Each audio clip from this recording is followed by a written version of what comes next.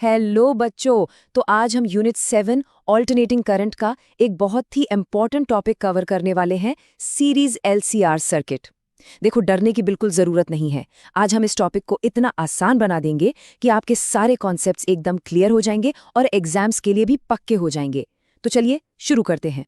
तो चलो इस टॉपिक को समझने के लिए ना एक रोज़मर्रा की ज़िंदगी से जुड़ा हुआ सवाल उठाते हैं। कभी सोचा है इस बारे में, जब हम रेडियो में चैनल सेट करते हैं तो हवा में तो इतने सारे स्टेशंस की फ्रीक्वेंसीज होती हैं, पर रेडियो सिर्फ एक ही स्टेशन जैसे 98.3 एफएम को कैसे पकड़ लेता है, बाकी सबको रिजेक्ट करके? इसका पूरा राज इस एलसीआर सर्किट में ही छिपा है। इस पजल को सॉल्व करने के लिए आइए एक बहुत ही सिंपल सी एनालॉजी से शुरुआत करते हैं। सोचो, एक एलसीआर सर्किट एक रस्सी खींच का खेल है, अ टग ऑफ वॉर। पर इसमें 2 नहीं 3 खिलाड़ी हैं। कौन कौन? रेजिस्टर, इंडक्टर और कैपेसिटर। अब इन तीनों खिलाड़ियों के अपने अपने रूल्स हैं। रेजिस्टर यानी आर बड़ा सीधा साधा प्लेयर है, वो हमेशा मोशन के साथ पुल करता है। इंडक्टर यानी एल थोड़ा लीडर टाइप है, वो 90 डिग्री आगे खींचने की कोशिश करता है। और कैपेसिटर सी ठीक इसके उल्टा, 90 डिग्री पीछे यानी लैग करता है। तो यहाँ साफ दिख रहा है कि इंडक्टर और कैपेसिटर तो एक दूसरे के पक्के दुश्मन हैं, आमने सामने ऑपोजिट डायरेक्शंस में। चलो अब इस सिंपल खेल को, इस एनालॉजी को प्रॉपर फिजिक्स की भाषा में डालते हैं। घबराना मत, ये भी उतना ही आसान है। आइए इसका फेजर डायग्राम बनाते हैं स्टेप बाय स्टेप। सबसे पहले रेफरेंस किसको लें? करंट को, क्योंकि ये एक सीरीज सर्किट है, करंट सबके लिए सेम है, तो हम आई को हॉरिजॉन्टल एक्सिस पर बना देते हैं। अब रेजिस्टर का वोल्टेज VR वो तो करंट के साथ साथ चलता है इन फेज, तो वो भी हॉरिजॉन्टल। इंडक्टर का वोल्टेज VL 90 डिग्री लीड करता है, तो वो सीधा ऊपर। और कैपेसिटर का वोल्टेज VC 90 डिग्री लैग करता है, तो वो सीधा नीचे। देखा, बिल्कुल वही टग ऑफ वॉर वाली कहानी बन गई ना। तो अब टोटल वोल्टेज कैसे निकालें? सिंपल वेक्टर एडिशन से। VL ऊपर खींच रहा है, VC नीचे, तो इनका नेट इफेक्ट क्या होगा? Simple subtraction, VL minus VC। अब हमारे पास 2 चीजें हैं, एक हॉरिजॉन्टल VR और एक वर्टिकल VL माइनस VC। बस पाइथागोरस थ्योरम लगा दो और हमें टोटल वोल्टेज मिल जाएगा। और सर्किट में करंट के रास्ते में जो ये टोटल ऑपोजिशन है ना, R, L और C की मिली भगत से, इसको एक स्पेशल नाम दिया गया है, इम्पीडेंस, जिसे हम Z से दिखाते हैं। इसका फॉर्मूला बिल्कुल वोल्टेज के जैसा ही है। तो याद रखो, इम्पीडेंस सिर्फ रेजिस्टेंस नहीं है, तीनों की मिलीजुली रुकावट है। ओके, अब आते हैं इस टॉपिक के सबसे मजेदार हिस्से पर, एक ऐसी मैजिकल कंडीशन जिसे हम कहते हैं रेजोनेंस। याद है हमारा टग ऑफ वॉर? रेजोनेंस वो जीत का पल है जब दोनों ऑपोजिट खिलाड़ी, इंडक्टर और कैपेसिटर, बिल्कुल बराबर ताकत से रस्सी खींचें। मतलब जब इंडक्टिव रिएक्टेंस XL और कैपेसिटिव रिएक्टेंस XC एक दूसरे के बराबर हो जाते हैं।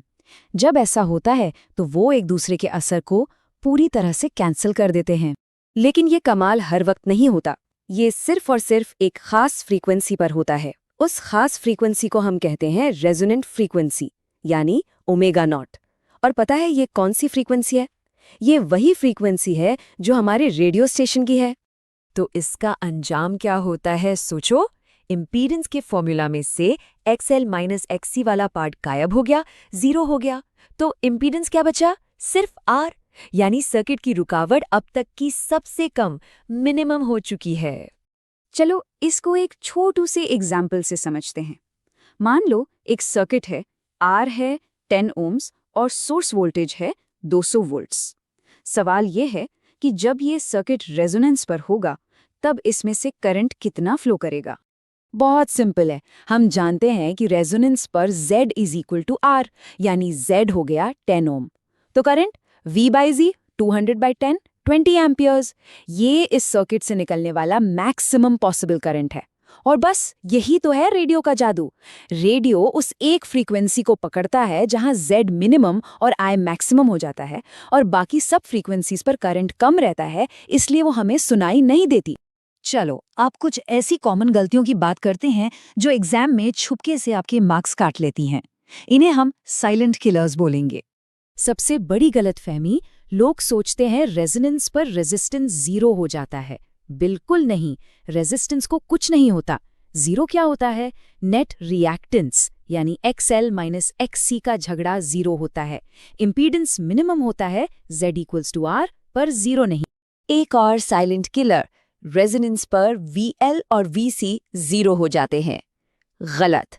असलियत में VL और VC तो इंडिविजुअली बहुत बड़े हो सकते हैं, लेकिन वो इक्वल और ऑपोजिट होते हैं, इसलिए उनका वेक्टर सम जीरो होता है, वो खुद जीरो नहीं होते। ठीक है, तो आइए फटाफट इस पूरे टॉपिक को समराइज करते हैं और देखते हैं कि ये आगे आने वाले कॉन्सेप्ट से कैसे जुड़ता है। ये कॉन्सेप्ट सीधा सीधा पावर फैक्टर से जुड़ा है, क्योंकि रेजोनेंस पर सर्किट एकदम सिंपल रेजिस्टिव सर्किट जैसा बिहेव करता है, इसलिए वोल्टेज और करंट के बीच कोई फेज डिफरेंस नहीं रहता, फेज एंगल जीरो। तो पावर फैक्टर जो कि cos फाई होता है बन जाता है 1, और ये मैक्सिमम वैल्यू है, मतलब सर्किट पूरी एफिशिएंसी से पावर ट्रांसफर कर रहा है। तो चलो जल्दी से की टेकअवेज देख लेते हैं। पहली बात, LCR सर्किट की टोटल रुकावट को इम्पीडेंस Z कहते हैं।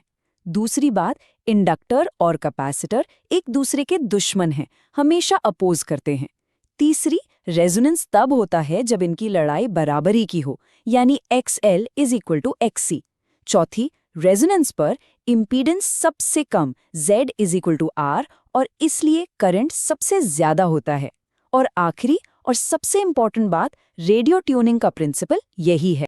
और जाते जाते एक सवाल आप सबके लिए, सोचिएगा जरूर, रेजोनेंस की कंडीशन में क्या ऐसा हो सकता है कि अकेले कैपेसिटर या इंडक्टर के अक्रॉस का वोल्टेज जो मेन सोर्स वोल्टेज है उससे भी कहीं ज्यादा हो? इस कॉन्सेप्ट को कहते हैं वोल्टेज मैग्निफिकेशन। इसके बारे में सोचना। हम मिलेंगे अगली क्लास में।